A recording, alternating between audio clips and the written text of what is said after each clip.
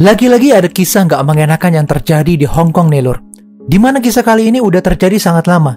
Tapi dari kisah ini, banyak yang bisa diambil pelajarannya. Sebelum lanjut, ada berita penting banget nih lur.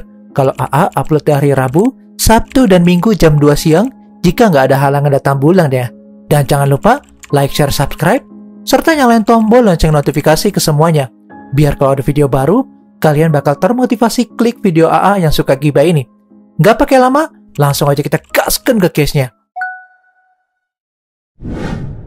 Dua wanita asal Indonesia bernama Sumarti Ningsi dan Seneng Mujiasih ini ditemukan kehilangan nyawanya hampir bersamaan di salah satu kamar apartemen mewah di kawasan Wan Chai, Hong Kong. Himpitan ekonomi karena kurangnya lapangan kerja di Indonesia membuat Sumarti Ningsi dan juga Seneng Mujiasih nekat untuk mencari peruntungan dengan bekerja di luar negeri. Sumarti Ningsi merupakan wanita asal Cilacap, Jawa Tengah, kelahiran 22 April tahun 91. Gak lama setelah lulus SMA, Sumarti kemudian menikah dengan pujaan hatinya. Namun pernikahan itu gak bertahan lama. Setelah itu ia ditinggalkan begitu aja oleh suaminya dalam kondisi tekdung. Setelah melahirkan, Sumarti memutar otak agar bisa membiayai buah hati dan keluarganya. Penghasilan dari pekerjaannya menjadi petani padi juga gak cukup untuk menutupi kebutuhan keluarga, terutama buat anaknya. Akhirnya pada tahun 2011, Sumarti Ningsi mencoba peruntungan dengan bekerja sebagai tenaga kerja wanita di Hong Kong. Awalnya ia bekerja sebagai asisten rumah tangga selama 2 tahun 8 bulan, sebelum akhirnya sempat pulang ke Indonesia di tahun 2013. Selama kepulangannya itu, rupanya Sumarti punya ketertarikan untuk menjadi seorang DJ. Ia kemudian mengikuti pelatihan DJ selama 5 bulan di Yogyakarta. Merasa mempunyai bekal yang cukup di dunia per-DJ-an, pada tahun 2014, Sumarti kemudian memutuskan untuk kembali berangkat ke Hong Kong dengan visa turis dan berharap mendapatkan pekerjaan sebagai DJ di sana. Meskipun begitu, ia udah berencana untuk pulang ke Indonesia di bulan November tahun 2014. Namun sayangnya, hal itu nggak pernah terjadi. Kisah Seneng Mujiasih nggak jauh berbeda dari Sumiarti. Mujiasih berasal dari Kabupaten Muna, Sulawesi Selatan. Kondisi ekonomi yang pas-pasan membuat Mujiasih menjadi TKW di Hong Kong sejak tahun 2006 lalu. Ia kemudian bekerja sebagai asisten rumah tangga selama beberapa tahun, hingga akhirnya kontraknya diputus di tahun 2011. Di saat yang sama, visa pekerjaannya juga udah kadaluarsa. Hal itu membuat Mujiasih seakan hilang arah. Alih-alih pulang ke Indonesia, Mujiasih memutuskan untuk menetap di Hong Kong secara ilegal. Demi memenuhi kebutuhan hidupnya dan keluarga, ia bersedia melakukan pekerjaan apapun.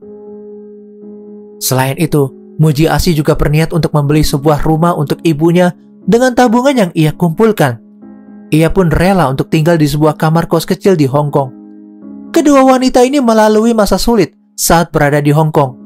Sumarti mengaku kepada keluarganya kalau ia bekerja di sebuah restoran, sedangkan Mujiasih mengaku tetap bekerja sebagai asisten rumah tangga. Namun hal tersebut sempat diragukan karena visa mereka yang udah kadaluarsa. Visa pekerja adalah dokumen wajib yang harus dilampirkan saat seorang pekerja luar negeri melamar pekerjaan. Peluang kedua wanita ini untuk melamar pekerjaan secara resmi pun menjadi semakin kecil. Akhirnya, mereka melakukan pekerjaan di sebuah tempat hiburan malam yang bernama Makati Pub and Disco. Tempat ini sangat terkenal di kalangan para ekspatriat. Di Hong Kong, pasalnya tempat ini gak hanya penuh dengan segala macam hiburan malam, tapi terdapat juga banyak wanita yang menawarkan jasa untuk menemani minum minuman keras. Disinilah kedua wanita malang itu bertemu dengan seorang pria asal Inggris bernama Rurik Jating. Rurik George Cotton Jating adalah seorang bankir asal Inggris dengan karir yang sangat cemerlang. Ia merupakan anak dari orang tua yang cukup berada. Hal itu membuat Rurik mendapatkan pendidikan yang terbaik. Setelah menyelesaikan sekolahnya, ia kuliah di Winchester College. Gak berhenti sampai di situ aja. Rurik juga mengenyam pendidikan di University of Cambridge yang terkenal mahal. Namun semua itu seakan terbayar tuntas saat ia lulus kuliah. Di awal karirnya, ia langsung bekerja di bank yang udah gak asing lagi, bernama Barclays Bank. Rurik juga dikenal sebagai orang yang gila bekerja. Hal itu membuatnya diterima bekerja di Bank of America Merrill Lynch London hingga tahun 2013. Saat itu Rurik udah menghasilkan uang sebesar 6 miliar per tahun. Saat itulah Rurik kemudian pindah ke Hong Kong. Dengan uang yang dihasilkan itu, ia bisa dengan bebas memilih hunian manapun yang ia mau. Akhirnya ia memilih kamar nomor 3109 di apartemen kawasan Wan Chai, Hong Kong. Namun di balik kesuksesannya itu, Rurik menyimpan sisi gelap dalam dirinya. Saat di Hong Kong, ia kerap mencari mangsa untuk melayani fantasi liarnya. Diketahui, Rurik suka mengundang beberapa wanita ke apartemennya untuk melakukan hubungan beramai-ramai. Gaya hidup tersebut gak membuatnya puas diri. Pada bulan Juli 2014, Rurik jatuh cinta kepada seorang wanita bernama Ariane Guarin. Tapi hubungan itu gak bertahan lama, karena Ariane mengaku gak betah dengan gaya hidup Rurik yang suka mengajak wanita ke apartemennya. Selain itu, ketergantungannya terhadap obat-obatan terlarang dan alkohol membuat Rurik bersikap lebih agresif. Pada tanggal 26 Oktober 2014, Rurik tiba-tiba mengundurkan diri dari pekerjaannya. Ia kemudian memposting status di Facebooknya yang menyatakan bahwa ia akan memulai sesuatu yang baru. Rurik juga menambahkan kata, langkah pertama selalu menjadi yang tersulit. Selain itu, Rurik juga mengganti isi pesan balasan otomatis di emailnya dengan kalimat yang aneh. Dalam email tersebut, ia mengaku kalau ia merupakan psikopat. Gak lama setelah pengunduran dirinya, dua wanita dilaporkan menghilang. Mereka adalah Sumarti Ningsi dan Senang Mujiasih.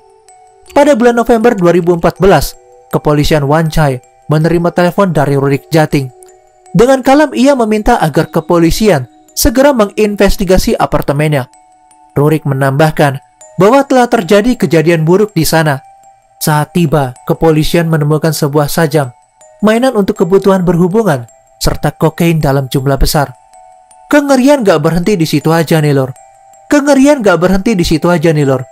Polisi menemukan Mujiasih di ruang tengah dengan kondisi berlumuran sirup merah gak sadarkan diri. Saat itu ia diketahui masih hidup, namun Mujiasih dinyatakan kehilangan nyawanya sebelum bantuan medis datang. Rurik pun langsung ditangkap di tempat. Setelah penangkapan itu, pihak kepolisian melanjutkan investigasi di apartemen Rurik. Setelah 8 jam, mereka menemukan jasad Sumiarti Ningsi di dalam sebuah koper dengan kondisi yang udah mengeluarkan bau gak sedap. Selain itu, polisi juga membawa handphone dari Rurik yang menyimpan ribuan foto dan video saat ia sedang berhubungan dan menghabisi kedua wanita tersebut. Kasus ini pun menjadi perhatian masyarakat Hong Kong, Indonesia, bahkan dunia. Karena detail penghabisan nyawa dengan cara gila yang dilakukan oleh seorang bankir tersebut benar-benar terekam. Pengadilan dimulai pada tanggal 10 November 2014. Jaksa penuntut mendakwa Rurik Jating atas penghabisan nyawa Sumarti dan Mujiasih. Walau mengaku telah menghabisi para korban, Rurik tetap mengaku nggak bersalah atas kasus ini. Pihak jaksa kemudian memeriksa kondisi kejiwaan dari Rurik Jating dan menemukan bahwa Rurik menderita Narcissistic Personality Disorder atau NPD. Kondisi di mana ia merasa dirinya lebih penting dari orang lain. Ia juga memiliki sifat haus pujian dari orang lain, namun memiliki empati yang rendah terhadap sesama. Dengan kondisi tersebut, Rurik Jating masih dinyatakan layak diadili. Di pengadilan lanjutan, Rurik menjelaskan bagaimana ia bertemu dengan kedua wanita itu. Ia bertemu dengan Sumarti pertama kali di hotel dekat tempat tinggalnya saat Rurik mengadakan pesta kokain dengan para wanita panggilan. Pertemuan kedua terjadi pada tanggal 27 Oktober 2014 saat Rurik menawarkan uang sebesar $10.000 Hong Kong untuk menemaninya semalam di apartemennya. Sayangnya hari itu merupakan awal dari rentetan aksi gilanya kepada Sumarti. Di tanggal 31 Oktober 2014, terlihat Rurik keluar dari gedung apartemennya dan kembali dengan tas yang membawa beberapa peralatan. Ia menaruh tas dan peralatannya, lalu keluar menuju ke Makati Pub and Disco untuk berburu korban selanjutnya. Di saat itu Rurik melihat Mujiasih dan memancingnya untuk datang ke apartemennya. Gak sampai 1 jam kemudian, Mujiasih udah gak bernyawa. Akhirnya pada tanggal 8 November 2016, Rurik divonis bersalah atas penghabisan nyawa Sumarti Ningsi dan Senang Mujiasih. Rurik dihukum penjara seumur hidup tanpa kemungkinan bebas bersyarat. Di bulan Agustus 2018, Pengadilan Tinggi menolak usaha banding dari Rurik Jating. Ia kemudian dipindahkan ke penjara Stanley Hong Kong dengan keamanan maksimal. Dulu pas masih sekolah ya, pernah dengar kasus ini. Dan jujur aja parah banget sih kisahnya. Semoga kalian yang kerja di sana selalu dilindungi sama Yang Maha Kuasa dan selalu diberikan kesehatan ya. Nggak bisa bantu banyak buat kalian yang kerja di luar. Tapi mungkin dengan video ini, kita bisa ambil pelajarannya untuk menjadi diri yang lebih baik. Dan terima kasih juga untuk kalian semua yang selama ini udah nonton video AA dan support AA. AA ucapkan hatur nuhun. I'm Curna AA, and still next time, stay safe ya lur.